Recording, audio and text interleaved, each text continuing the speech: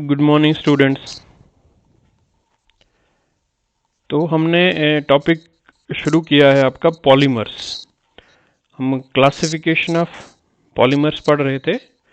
चार तरह की हमने क्लासिफिकेशन पढ़ी थी, on the base of origin, on the base of structure, on the base of nature of monomers. ठीक है, तो पांचवी तरह की जो आपकी क्लासिफिकेशन है, on the base of molecular forces. The applications of a polymer depends largely upon its mechanical properties such as tensile strength, elasticity, toughness, etc. क्या बोल रहा है कि कोई भी पॉलीमर है, जैसे रबर एक पॉलीमर है, आपका प्लास्टिक है, पॉलीथीन है, तो इनकी अलग अलग एप्लीकेशंस है। ये अलग अलग जगहों पे यूज़ होते हैं और कौन सी चीज़ कहाँ पे यूज़ होगी वो डिपेंड करेगी उसकी प्रॉपर्टीज़ पे, कि उसकी टेंसाइल स्ट्रेंथ क्या है, उसकी इलास्टिसिटी क्या है, उसकी टफनेस क्या है। तो ये जो प्रॉपर्टीज़ हैं पॉलीमर्स की, ये जो प्रॉपर्टीज़ हैं, ये सब प्रॉपर्टीज़ ये किस पे डिपेंड करती हैं? These mechanical properties in turn depend upon the intermolecular forces of attraction such as van der Waals forces, hydrogen bonds and dipole-dipole interaction between the adjacent polymer chains. Depending upon the magnitude of these intermolecular forces, polymers have been divided into following four categories. देखो क्या है कहने का मतलब कि polymer जो है, आपको पता है मोनोमर्स मिलके एक पॉलीमर की चेन बनाते हैं। ऐसे ये पॉलीमर बनाएंगे, तो ऐसे ऐसे बहुत सारी चेन्स होती हैं एक पॉलीमर में। तो इनके बीच में जो फोर्सेस हैं आपस में, इनको आप बोलते हैं molecular forces, intermolecular forces between polymer chains. तो इस पॉलीमर की जो भी प्रॉपर्टी होगी, जैसे उसकी टफनेस है, जैसे उसकी इलास्टिसिटी है, ठीक है, वो सब किस पे डिपेंड करेगी? वो सब डिपेंड करेगी इन फोर्सेस पे। ये कितनी कितनी फोर्सेस है, ज़्यादा स्ट्रांग है या कम स्ट्रांग है। तो इसको आप बोलते हैं मॉलिक्यूलर फोर्सेस। इसी बेस पे हम चार तरह की इसकी क्लासिफिकेशन लिखते हैं। वो फोर्सेस कौन कौन सी हो सकती हैं? वन डर वाल फोर्सेस हो सकती हैं, हाइड्रोजन बॉन्ड्स हो सकते हैं, डाइपोल डाइपोल इंटरेक्शन हो सकता है। तो चार कैटेगरीज कौन सी हैं? First is एलास्टोमर्स। एलास्टोमर्स में आपका जो माइंड है उसमें आना चाहिए कि rubber, elastic. Polymers in which intermolecular forces of attraction between the polymer chains are the weakest are called elastomers. इनमें जो पॉलीमर चेन्स हैं, ऐसे ऐसे जो चेन्स हैं, उनके बीच में जो फोर्सेस हैं वो वीकेस्ट फोर्सेस हैं। कौन सी हैं वो? वन डर वाल फोर्सेस हैं, वीकेस्ट फोर्सेस हैं। ठीक है, वन डर वाल जो फोर्सेस हैं वो एक तरह की वीकेस्ट फोर्सेस होते हैं, सबसे वीक इनमें एलास्टोमर्स। जो चारों कैटेगरी हैं उनमें से सबसे वीक है। Elastomers are amorphous polymers that have high degree of elasticity. तो देखो, जो भी सबस्टेंस होते हैं, सॉलिड चीज़ें होती हैं, या तो वो एमॉर्फस होते हैं या तो वो क्रिस्टलाइन होते हैं। क्या होते हैं? क्रिस्टलाइन। तो यहाँ पे ये जो चीज़ें हैं ये एमॉर्फस है, ये जो एलास्टोमर्स हैं ये एमॉर्फस, और इनकी इलास्टिसिटी हाई होती है। इलास्टोमर्स नाम है तो इलास्टिसिटी हाई होती है। इलास्टिसिटी क्या होती है? इलास्टिसिटी होती है कि मान लो कोई आपके पास मटेरियल है, उस पर आप फोर्स लगाते हैं बाहर के लिए, तो वो स्ट्रेच हो जाता है, लंबा हो जाता है, अपनी शेप चेंज हो जाती है उसकी, और जब आप फोर्स बाहर से रिमूव कर देते हैं तो वापस वो रिगेन कर लेता है अपनी शेप को। इनको आप बोलते हैं इलास्टोमर्स। ठीक है ना? They have ability to stretch out over 10 times their normal length and return to their original position when the force is withdrawn. इन्हीं को आप बोलते हैं इलास्टोमर्स। इलास्टिसिटी आप इस प्रॉपर्टी को बोलते हैं, वापस आ जाएगा अपनी ओरिजिनल शेप पे। These polymers consist of randomly coiled molecular chains of irregular shape having a few cross links. इनमें क्या होती हैं? ऐसे कॉइल्स होती हैं, आप इस डायग्राम में देख सकते हैं, ये कॉइल्ड फॉर्म में। ये जो आप थ्रेड्स जैसे देख रहे हैं, ये पॉलीमर्स की चेन्स हैं, ऐसे ऐसे चेन्स हैं, रैंडमली कॉइल्ड। और बीच बीच में कहीं क्रॉस लिंकेजेस भी इनमें होती हैं। इन कॉइल्स में क्या क्या है? Cross linkages. कॉइल्ड आपके ये होते हैं। When the force is applied, these randomly coiled chains straighten out and polymer is stretched. अब देखो इनमें काफ़ी स्कोप है स्ट्रेच होने का। जब आप इसको ऐसे खींचोगे इस पॉलीमर को तो ये कुछ इस शेप में आ जाएगा ना, स्ट्रेच हो जाएंगे, क्योंकि इसमें फोर्सेस जो हैं वो वीक है। फोर्सेस क्या है? Week. Since the van der Waals force of attraction between the polymer chains are too few and too weak, बहुत कम है इसलिए वो स्ट्रेच हो सकते हैं। These cannot maintain this stretched form. यहाँ से आप इसको नया सेंटेंस शुरू करेंगे फुल स्टॉप के बाद। These cannot maintain this stretched form. Therefore, as soon as the force is withdrawn, the polymer return to its original random coiled state. जैसे आप फोर्स हटा देते हैं तो ये वापस अपनी इस वाली शेप में आ जाता है। क्यों? क्योंकि ये जो क्रॉस लिंक्स हैं बीच में, ये इसको वापस जो है ऐसा इस शेप में ले आते हैं, क्रॉस लिंक्स। तो दो चीज़ें हैं, एक वैन डर वाल फोर्सेज हैं और दूसरा क्रॉस लिंक्ड है। जो वैन डर वाल फोर्सेज हैं ये अलो करती हैं इसको स्ट्रेच होने के लिए, और क्रॉस लिंक्स जो हैं वो वापस बनते हैं, तो ये वापस इसको इस शेप में ले आते हैं, ओरिजिनल शेप में। Thus, whereas weak van der Waals force of attraction permit the polymer chains to stretched, the cross links help the polymer to come back to the original position when the force is withdrawn. The most important example of elastomers is the natural rubber. Rubber जो है वो elastomers की example है. Other examples are vulcanized rubber. ये भी rubber की जो semi synthetic form थी, बुना एस, या इसको आप स्टाइरिन ब्यूटाडाइन रबर SBR भी बोलते हैं, copolymer of butadiene and styrene है ना, SBR, स्टाइरिन ब्यूटाडाइन रबर। तो ब्यूटाडाइन और स्टाइरिन का कोपॉलीमर है। बुना एन भी है, बुना एस भी होता है तो बुना एन भी है, और नियोप्रीन। ये कुछ एलास्टोमर्स के एग्जांपल हैं। चलते हैं नेक्स्ट पे, फाइबर्स। क्या है? फाइबर्स। नेक्स्ट जो कैटेगरी है वो है फाइबर्स की। Polymers in which intermolecular force of attraction are the strongest. अब एलास्टोमर्स में हमने पढ़ा कि वीकेस्ट है, इसमें क्या है? स्ट्रॉन्गेस्ट, बहुत ज़्यादा स्ट्रॉन्ग है। इनके बीच में जो फोर्सेज हैं, पॉलीमर चेन्स के बीच में जो फोर्सेज हैं, क्रॉस लिंक्ड या जो भी तरह की फोर्सेज हैं, वो स्ट्रॉन्गेस्ट फोर्सेज हैं। वैन डर वाल तो नहीं होगी, क्योंकि वैन डर वाल जो है वीकेस्ट फोर्सेज होती हैं, इनमें कुछ और तरह की फोर्सेज हैं। जो फोर्सेज हैं कौन कौन सी हैं? हाइड्रोजन बॉन्डिंग हो सकती है, डाइपोल डाइपोल इंटरेक्शन हो सकती है। इन केस ऑफ नाइलन, अब अलग अलग पॉलीमर हैं, जैसे नाइलन, पॉलीएमाइड लिखा हुआ है इसमें। Intermolecular forces are due to hydrogen bonding. दो तरह की हाइड्रोजन बॉन्डिंग की वजह से भी हो सकती है, डाइपोल डाइपोल इंटरेक्शन भी हो सकती है। तो हाइड्रोजन बॉन्डिंग जो है किसमें है? नाइलन, पॉलीएमाइड्स में।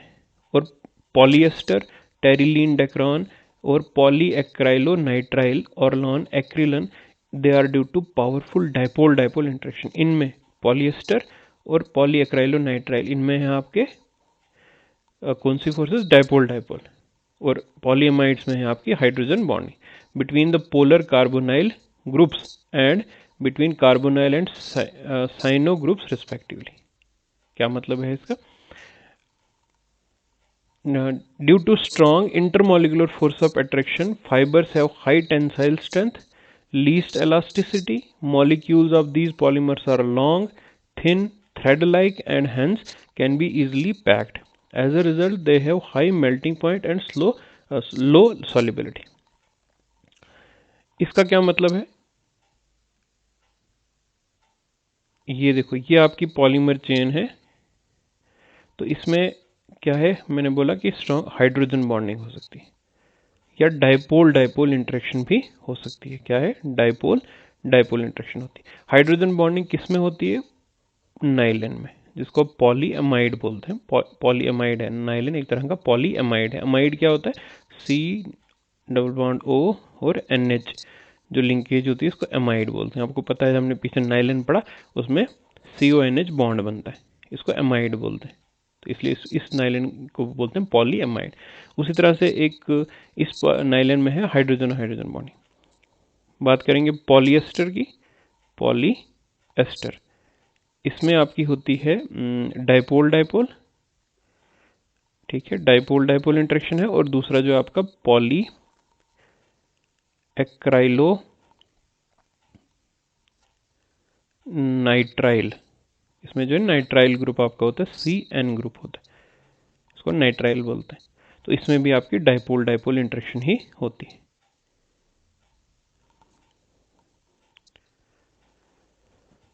तो इनमें क्या है, डाइपोल डाइपोल इंटरेक्शन किसकी वजह से, या हाइड्रोजन बॉन्डिंग किसकी वजह से, नाइलन में कार्बोनाइल ग्रुप की वजह से, और जो आपका एक्राइलोनाइट्राइल और पॉलिएस्टर है उसमें कार्बोनाइल और एक्राइलोनाइट्राइल में CN की वजह से ये बॉन्डिंग्स बनती हैं।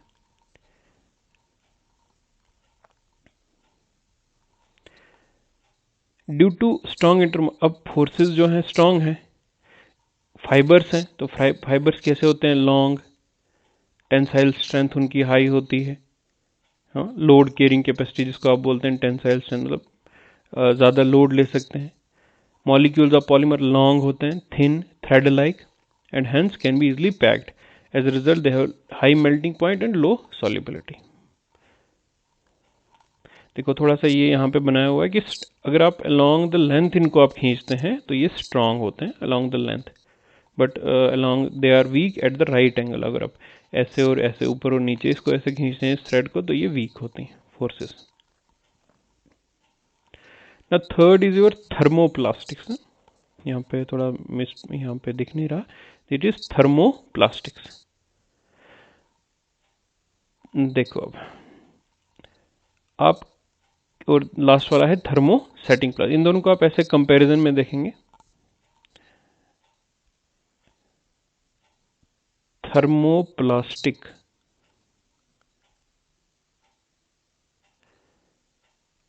जो सिंपल तरह के प्लास्टिक्स हैं उनको आप थर्मोप्लास्टिक्स बोलते हैं, जो आप घर में यूज करेंगे डेली लाइफ में।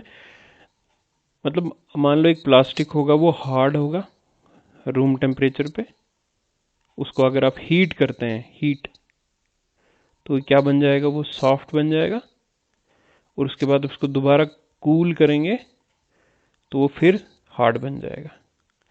इनको आप बोलते हैं थर्मोप्लास्टिक। होता है ऐसा ही होता है, प्लास्टिक कोई भी ले लें आप, उसको आप गर्म करें तो वो सॉफ्ट हो जाएगा, उसके बाद उसको ठंडा करें तो फिर वो हार्ड हो जाएगा। पॉलीथीन के एग्जांपल ले लें, पॉलीथीन, इसका भी वही नेचर है, गर्म करें सॉफ्ट हो जाएगा और मेल्ट होने लगेगा, उसके बाद ठंडा करेंगे तो हार्ड हो जाएगा। इनको आप बोलते हैं थर्मोप्लास्टिक। इनमें क्या होता है, इनमें जो मॉलिक्यूलर फोर्सेस हैं, पॉलीमर चेन्स की जो बीच में मॉलिक्यूलर फोर्सेस हैं, वो इंटरमीडिएट होती हैं फाइबर्स और आपकी जो फर्स्ट वाला कौन सा पढ़ा, एलास्टोमर्स की। एलास्टोमर्स और एलास्टोमर्स में आपने पढ़ा वीकेस्ट होती हैं और इसमें स्ट्रॉन्गेस्ट होती हैं, इन दोनों के बीच में होती हैं इन थर्मोप्लास्टिक्स की फोर्सेज जो होती हैं आपकी।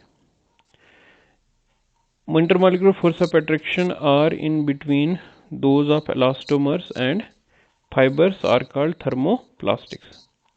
These are linear or slightly branched chain polymers which are hard at room temperature, पहले वो hard होंगे, become soft and viscous on heating, जब आप उनको heat करोगे तो soft हो जाएंगे, viscous हो जाएंगे, and again rigid on cooling, ठंडा करोगे तो फिर से हार्ड हो जाएंगे। The process of heat softening and hardening on cooling can be repeated as many times as desired. बार बार इसको रिपीट कर सकते हो प्रोसेस को, कोई चेंजेस नहीं आएंगे उसमें, without any change in chemical composition. Composition में कोई चेंज, उसके नेचर में कोई चेंज नहीं आएगा, उसके मटेरियल अंदर में कोई चेंज नहीं आएगा, and mechanical properties of the plastic. As a result these plastics can be entitled into toys, इनके टॉयज बनाए जा सकते हैं, beads, buckets, telephone and television cases. आप अलग अलग इनको मोल्ड कर सकते हो शेप में। आपकी एक चेयर है, कुर्सी है, वो प्लास्टिक की, वो ब्रेक हो गई, उसको आप पिघला के जो है प्लास्टिक बना सकते हैं, उसको आप किसी और शेप में भी मोल्ड कर सकते हैं, उसके कोई और जो है टेबल जैसा भी बना सकते हैं। तो आप इसको रिपीट कर सकते हैं प्रोसेस को। Further thermoplastics have little or no cross links and hence the individual polymer chain can slip past one another on heating. क्या मतलब है इसका कि जो आपके पॉलीमर चेन्स हैं उनमें कोई क्रॉस लिंक्स नहीं होते हैं। इसमें क्रॉस लिंक्स नहीं होंगे तो जब आप इनको हीट करोगे तो आपने देखा होगा कि वो लेयर जो गर्म होती है वो पिघलती जाती है, ऊपर से वो मूव करने लगती है। क्यों? क्योंकि एक लेयर जो है दूसरी लेयर के ऊपर मूव करेगी, इनके आपस में कोई फोर्सेस नहीं, इसलिए वो एक दूसरे के ऊपर स्लिप पास कर सकते हैं। सम कॉमन एग्जांपल्स, कुछ एग्जांपल देखते हैं। पॉलीथीन एग्जांपल है, पॉलीप्रोपाइलीन, पॉलीस्टायरीन, पॉलीविनाइल क्लोराइड। जो भी आपने एडिशन पॉलीमर से पीछे 4 पढ़े, पॉलीथीन पढ़ा, पॉलीविनाइल क्लोराइड, पॉलीस्टायरीन, प्रोपीन, ये सब क्या है आपके थर्मोप्लास्टिक है। टेफ्लॉन, पॉलीविनाइल एसीटेट, पॉलीएक्राइलो नाइट्राइल, ठीक है, नाइलन भी, और नाइलन 6 भी और नाइलन 66 भी, एक तरह के थर्मोप्लास्टिक है। हार्ड हो जाएंगे कूल करने पे, गर्म करने पे सॉफ्ट हो जाएंगे वापस। तो this is thermoplastic. Now last category is thermosetting polymers. Thermosetting, set हो जाते हैं। These are semi fluid substances. ये कोई प्लास्टिक की तरह या उनकी तरह हार्ड नहीं होते हैं, सेमी फ्लूइड सब्सटेंसेस हैं। रेजिन्स जैसे होते हैं, प्लांट से निकलने वाले रेजिन्स जो होते हैं लिक्विड फॉर्म में, वो सेमी फ्लूइड होते हैं with low molecular masses which when heated in a mold undergo a permanent change in the chemical composition to give hard, infusible and solid insoluble mass. जब आप उनको क्या करेंगे, आप उनको वो जो है आप ऐसे बीकर में लेंगे और उनको आप, वो सेमी फ्लूइड होगा, उसको आप हीट करेंगे। जैसे उसको आप हीट करेंगे तो उसमें परमानेंटली चेंजेस आ जाती हैं उनकी कंपोजिशन में और वो हार्ड हो जाता है, सेट हो जाता है। इसलिए इसको थर्मोसेटिंग प्लास्टिक बोलेंगे। सेट हो जाएंगे आपस में और हार्ड हो जाएंगे, उसके बाद hard, infusible and insoluble mass बन जाएगा। This hardening on heating is due to extensive cross linking between different polymer chains to give a 3 dimensional network. क्या मतलब है इसका कि आपकी ये पॉलीमर चेन्स है अलग अलग, जब आप इसको हीट करोगे, हीट करने से क्या हो जाता है, इसमें क्रॉस लिंक्स बन जाते हैं आपस में, और क्रॉस लिंक्स वो परमानेंट बॉन्ड्स बन जाते हैं आपके। जब परमानेंटली बन गए तो उसका नेचर ही चेंज हो गया, वो हार्ड हो गया, 3 डायमेंशनल एक नेटवर्क बन गया।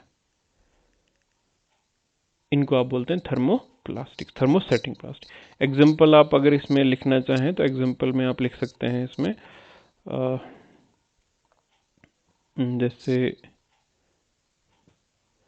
आप इसमें रेजिन्स लिख सकते हैं, इसमें आप यूरिया, फॉर्मल्डिहाइड, यूरिया फॉर्मल्डिहाइड इसमें लिख सकते हैं। इपॉक्सी रेजिन्स, रेजिन्स आप लिखेंगे इपॉक्सी रेजिन्स और यूरिया फॉर्मल्डिहाइड, ये 2 एग्जांपल्स आप उसमें लिख सकते हैं किसमें, थर्मोसेटिंग प्लास्टिक में। सो ये आपकी चौथी कैटेगरी हो गई on the base of molecular forces.